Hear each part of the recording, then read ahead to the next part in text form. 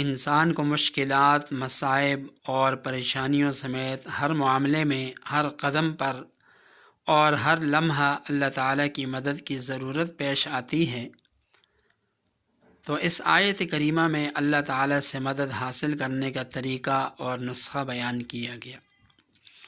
فرمایا یا ایھا الذین آمنوا استعینوا بالصبر والصلاۃ، اے ایمان والو صبر اور نماز کے ساتھ مدد حاصل کرو۔ ان اللہ مع الصابرین، بے شک اللہ تعالیٰ صبر کرنے والوں کے ساتھ ہیں۔ صبر اور نماز کے بڑے فضائل ہیں۔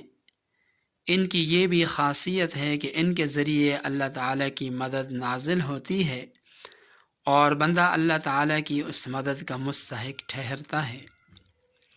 صبر کیا ہے؟ صبر کے معنی ہیں روکنا، نفس کو قابو کرنا، پابند بنانا اور ناگوار بات پر قابو میں رکھنا۔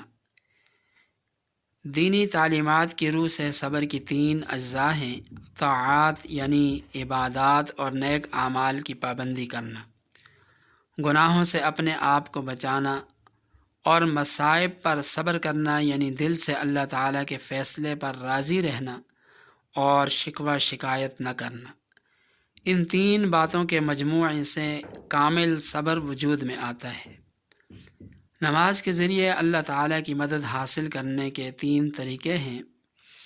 ایک تو یہ کہ شب و روز جو 5 وقت کی نماز ہے، اس 5 وقت کی نماز کی پابندی کا اہتمام کیا جائے اور ان 5 نمازوں کو ان کے آداب خشوع خضوع کے ساتھ ادا کرنے کی کوشش کی جائے۔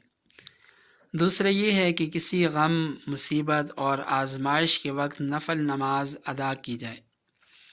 تیسرا یہ کہ کسی ضرورت کے وقت صلاۃ الحاجت نفل نماز ادا کی جائے۔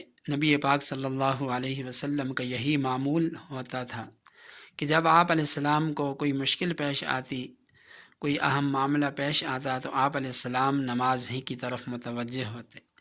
تو اس آیت کے اندر اللہ تعالیٰ کی مدد حاصل کرنے کا ایک آسان نسخہ بتلایا گیا کہ صبر اور نماز کے ذریعے، یعنی ایک تو بندہ صبر سے کام لے، جب بھی کوئی مشکل پیش آئے، پریشانی لاحق ہو تو صبر سے کام لے، اور دوسرا فوراً نماز کی طرف متوجہ ہو جائے، نفل نماز کی طرف بھی، اور جو 5 وقتی نمازیں ہیں ان کے پڑھنے کا بھی اہتمام کیا جائے۔